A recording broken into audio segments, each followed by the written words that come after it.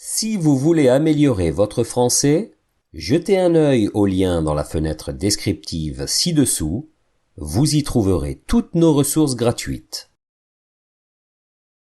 Originaire de Fécamp en Normandie, cette femme est toujours pressée et bouillonnante.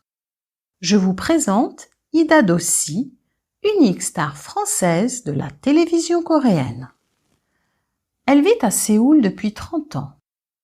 À l'âge de 23 ans, dans le cadre de ses études universitaires, elle part à Busan en Corée du Sud faire un stage dans une manufacture de chaussures.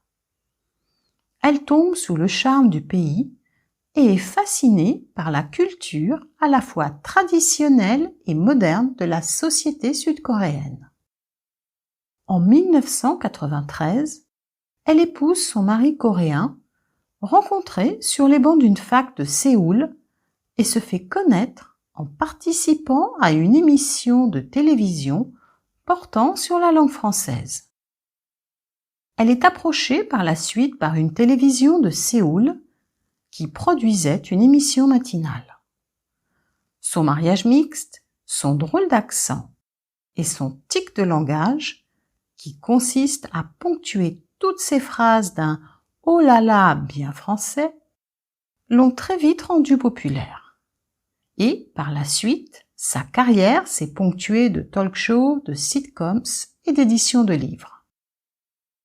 Ida donne naissance à 2 garçons et son couple fait rêver le pays, car il bouscule les traditions et les idées reçues.